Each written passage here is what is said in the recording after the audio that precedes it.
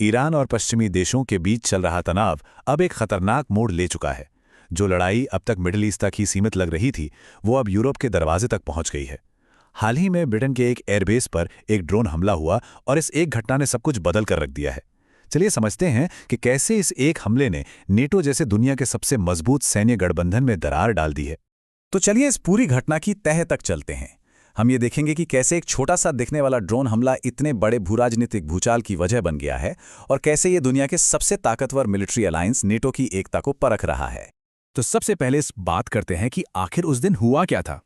ये घटना हुई साइप्रस में, जहां रॉयल एयरफोर्स का अक्रोडिटी बेस मौजूद है। देखिए, ये कोई मामूली घटना नहीं थी। एक ईरानी शहीद टाइप ड्रोन ने सीधे एक ब्रिटिश एयरबेस के रनवे पर हमला किया। और सबसे जरूरी बात, ये बेस ब्रिटेन की संप्रभु जमीन है, मतलब कानूनी तौर पर ब्रिटिश धरती। इस एक बात ने इसे एक स्थानीय झड़प से कहीं ज्यादा एक अंतर्राष्ट्रीय संकट बना दिया। और ये कोई अकेला भटकावा ड्रोन भी नहीं था। ये एक सोची समझी साजिश थी। जिस एक ड्रोन ने रनवे पर हमला किया, उसके अलावा 2 और ड्रोन्स को ब्रिटिश सेना ने हमला करने से ठीक पहले हवा में ही रोककर तबाह कर दिया। मतलब साफ है कि इरादा एक बड़ा हमला करने का था। इस हमले से हुआ असल नुकसान मामूली था। रनवे को ज्यादा डैमेज नहीं हुआ, लेकिन इसका जो सांकेतिक संदेश था वो बहुत बड़ा और बहुत ही खतरनाक था। ईरान ने इसके जरिए यूरोप को एक सीधी चेतावनी भेज दी है। तो अब सवाल ये उठता है कि यह हमला आखिर किया किसने? क्या ड्रोन सीधे ईरान से दागा गया था, या फिर लेबनान में बैठे ईरान के प्रॉक्सी संगठन हिजबुल्लाह का काम था? ज्यादातर एक्सपर्ट्स का मानना है कि यह लेबनान से ही किया गया था, क्योंकि वहां से साइप्रस की दूरी बहुत कम है, और दूरी कम होने का मतलब है कि ड्रोन को रोकने के लिए रिएक्शन टाइम भी बहुत कम मिलता है। इस हमले के असली असर को समझने के लिए हमें पहले ये समझना होगा कि जिस जगह को निशाना बनाया गया वो इतनी खास क्यों है।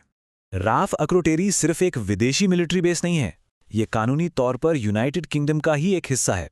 मतलब इस बेस पर हमला करना सीधे सीधे ब्रिटेन पर हमला करने के बराबर है। ये बेस समझिए एक मल्टीपर्पस पावर हब की तरह है। यहीं से सीरिया और इराक में ऑपरेशंस चलाए जाते हैं, खुफिया जानकारी इकट्ठा की जाती है, और ये नाटो के लिए भी एक बहुत ज़रूरी लॉजिस्टिक सेंटर है। इसकी लोकेशन इसे यूरोप और मिडिल ईस्ट के बीच एक स्ट्रेटेजिक पुल बना देती है।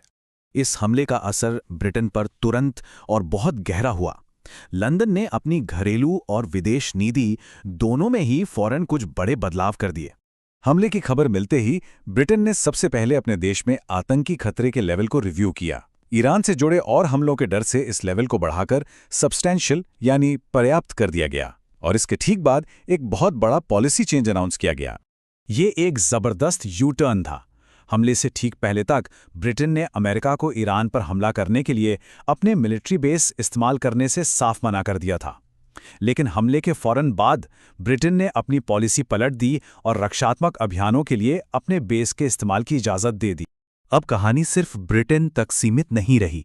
ये मामला अब दुनिया के सबसे शक्तिशाली सैन्य गठबंधन यानी नेटो तक पहुंच चुका है, और यहीं पर हमें एक बड़ी दरार देखने को मिल रही है। सबसे बड़ा सवाल अब यही खड़ा हो गया है। नेटो के चार्टर के मुताबिक किसी एक सदस्य देश पर हमला सभी सदस्यों पर हमला माना जाता है। तो क्या ब्रिटेन पर हुए इस हमले के बाद पूरा का पूरा नेटो अमेरिका और ब्रिटेन के साथ खड़ा होगा? और जवाब काफी चौंकाने वाला है। नेटो के सेक्रेटरी जनरल मार्क रूट ने साफ कह दिया है कि नेटो इस सैन्य अभियान में हिस्सा नहीं लेगा। ये एक बहुत बड़ा बयान है जो इस गठबंधन के अंदर की गहरी फूट को सामने ले आता है। ये दरार यहां और भी ज्यादा साफ दिखती है। एक तरफ जहां यूके डिफेंसिव एक्शन के लिए तैयार है, वहीं दूसरी तरफ जर्मनी अपनी सेना भेजने से साफ इनकार कर रहा है। फ्रांस ने हमले की निंदा तो की, लेकिन सैनिक भेजने से मना कर दिया, और स्पेन ने तो यहां तक कह दिया कि वो अपने बेस अमेरिका को इस्तेमाल नहीं करने देगा। तो अगला सवाल ये है कि यूरोप के ये बड़े देश अमेरिका और ब्रिटेन का साथ देने से आखिर क्यों कतरा रहे हैं? इसके पीछे एक गहरी रणनीतिक सोच काम कर रही है। असल वजह है भूगोल। यूरोप के कई देश ईरान के मिसाइलों की सीधी रेंज में आते हैं, इसलिए वो किसी भी कीमत पर एक बड़े युद्ध में घसीटे जाने से बचना चाहते हैं। वहीं दूसरी तरफ अमेरिका की मेन जमीन ईरान के मिसाइलों की पहुंच से बहुत दूर है, जो उसे एक बहुत बड़ा स्ट्रेटेजिक एडवांटेज देता है। तो कुल मिलाकर बात यह है कि नाटो में ये विभाजन डर पर आधारित है। यूरोपीय देशों को ये डर सता रहा है कि अगर उन्होंने अमेरिका का खुलकर साथ दिया तो ईरान उन्हें भी इस युद्ध में घसीट लेगा और वो सीधे तौर पर निशाने पर आ जाएंगे। और ये हमें एक बहुत बड़े सवाल पर लाकर छोड़ देता है। जब पश्चिमी सहयोगी देश खुद ही इस तरह बटे हुए हैं, तो क्या वे मिडिल ईस्ट से यूरोप तक फैल रहे इस संघर्ष को काबू में कर पाएंगे? इसका जवाब तो शायद आने वाला वक्त ही देगा।